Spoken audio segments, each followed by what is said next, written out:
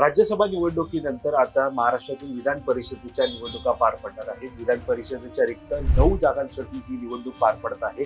12 मे रोजी या निवडणुकीसाठी मतदान जे ते होणार आहे आणि त्यापूर्वी 30 एप्रिल ही या मतदानासाठी या निवडणुकीसाठी जो उमेदवारी अर्ज भरला जाणार आहे त्याची ही अंतिम तारीख आहे. आणि या दिवशी नेमकं कोण उमेदवारी अर्ज विधान परिषदेसाठी दाखल करणार हे पाहणं तितकंच महत्त्वाचं ठरत आहे. मात्र आता साधारणतः या विधान परिषदेच्या निवडणुकीकडे पाहायला गेलं तर ज्या 9 जागा आता त्यांचा कार्यकाळ जो संपत आहे त्याच्यामध्ये उद्धव ठाकरे यांचं सुद्धा नाव आहे आणि महाविकास आघाडीकडून उद्धव ठाकरे हे विधान परिषदेच्या निवडणुकीच्या रिंगणात पुन्हा उतरणार की शिवसेना उद्धव बाळासाहेब ठाकरे पक्षाकडून पुन्हा दुसऱ्याला संधी येणार हे पाहणं महत्त्वाचं ठरणार आहे. मात्र सध्या जी महत्त्वाची बातमी समोर येत आहे त्यानुसार उद्धव ठाकरे हेच महाविकास आघाडीचे उमेदवार मानले जात आहेत आणि तेच उमेदवारी म्हणून अर्ज भरणार असल्याची सुद्धा माहिती सध्या समोर येत आहे. खरं तर उद्धव ठाकरे यांनी विधान परिषदेच्या निवडणुकीसाठी पुन्हा एकदा आपला उमेदवारी अर्ज भरावा यासाठी काँग्रेस असेल किंवा राष्ट्रवादी काँग्रेस शरदचंद्र पवार पक्ष असेल हे आग्रही असल्याचं आपल्याला पाहायला मिळत होतं. आणि त्या पार्श्वभूमीवरती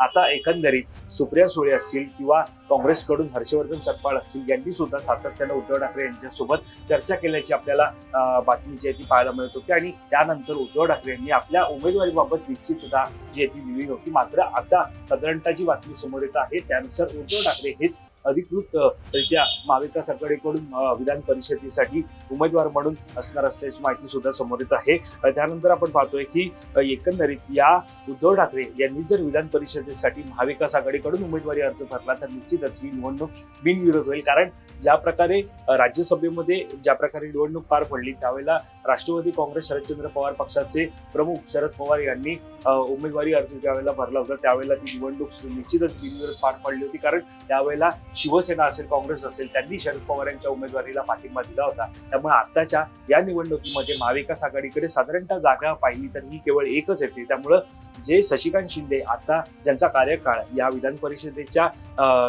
कार्यकाळ जो त्यांचा संपत आहे त्यामुळं शशिकांत शिंदे राष्ट्रवादी काँग्रेस शरदचंद्र पवार पक्षाचे त्यांना मात्र आता कुठेतरी ही संधी मिळणार नाही हे तर निश्चित झालेलं आहे. कारण राज्यसभेमध्ये शरद पवार हे पुन्हा एकदा राज्यसभेचे खासदार झाले तर आता विधान परिषदेसाठी महाविकास आघाडीतील इतर पक्ष हे उद्धव ठाकरे यांच्या उमेदवारीसाठी आग्रही असल्याचं पाहायला मिळतंय. त्यामुळे उद्धव ठाकरे हेच आता साधारणतः विधान परिषदेच्या निवडणुकीमध्ये महाविकास आघाडीचे उमेदवार असतील हे एकंदरीत निश्चित होताना पाहायला मिळत आहे. यासोबतच पाहायला गेलं तर ज्या प्रकारे उद्धव ठाकरे हे गेल्या काही दिवसांपासून आपण पाहतोय की उमेदवारी अर्ज भरणार की नाही या सगळ्यावरती साधारणतः प्रश्नचिन्ह उपस्थित झाला होता. त्या पार्श्वभूमीवरती शिवसेना उद्धव बाळासाहेब ठाकरे पक्षाकडून कोणाला वेगळ्या चेहऱ्यानं संधी दिली जाते का असं सुद्धा सवाल त्यावेळेला उपस्थित झाला होता.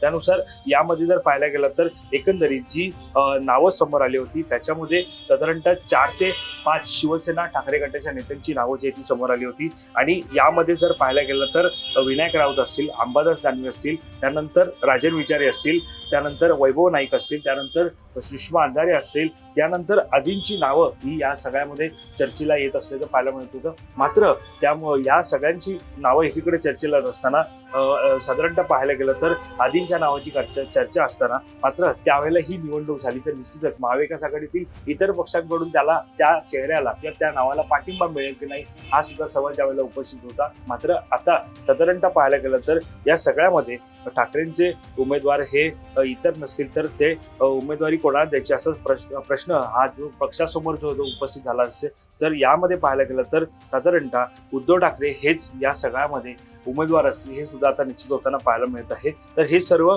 साधारणतः जे चेहरे आपण मगाशी पाहिले ज्या चेहऱ्यांची ज्या नावांची चर्चा होते तर या सगळ्यामध्ये साधारणतः पाहायला गेलं तर काँग्रेसकडून ही जागेची मागणी यानंतर होऊ शकते. त्यामुळे हे सर्व टाळण्यासाठी खुद्द उद्धव ठाकरे यांनीच निवडणूक लढवण्याचा निर्णय घेतल्याची सुद्धा सध्या माहिती सध्या समोर येत आहे.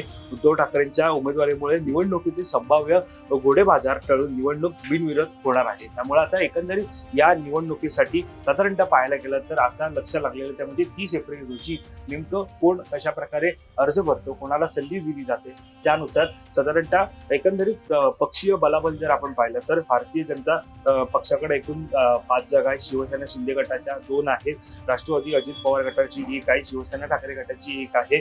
विधान परिषदेच्या जागा एकूण 9 आहेत तर भारतीय जनता पक्षाचे एकूण 131 आमदार पाहायला मिळतात. शिवसेना शिंदे गटाचे 57 आमदार आहेत, राष्ट्रवादी अजित पवार गटाचे 40 आमदार आहेत, ठाकरे गट आणि काँग्रेस आणि शरदचंद्र पवार पक्षाचे म्हणजे राष्ट्रवादी यांचे एकूण 46 आमदार आहेत, तर छोटे पक्ष आणि इतर अपक्ष असे 12 आहेत. त्यामुळे एकंदरीत या संख्यामुळे जर आपण पाहिलं तर यामध्ये सर्वाधिक जागा या भाजपच्या वाटेला जातात, ज्या 5 आहेत. त्यानंतर 2 जे आहेत ते शिवसेना शिंदे गटाला आणि 1 जे आहे ते राष्ट्रवादी काँग्रेस अजित पवार गटाला आणि 1 ती महाविकास आघाडीला आणि ती पण आता जर उद्धव ठाकरे यांचं नाव आता निश्चित होताना पाहायला मिळतंय. त्यामुळे ती जागा ही आता शिवसेना ठाकरे गटाच्या बाजूने जाताना पाहायला मिळतंय. त्यामुळे उद्धव ठाकरे हे उमेदवार असतील महाविकास आघाडीचे आणि त्यामुळे आता जी अंतिम तारीख आहे 30 एप्रिल त्या दिवशी उद्धव ठाकरे हे अर्ज भरणार का हे सुद्धा पाहणं तितकंच महत्त्वाचं ठरणार आहे. दरम्यान या सगळ्या घडामोडींवरती आपलं लक्ष असणारच आहे. त्या संदर्भातली अधिकची माहिती जाणून घेण्यासाठी तुम्ही माय महानगर लाईव्हला सबस्क्राईब करायला विसरू नका. अजय सर, मी वैभव पाटील.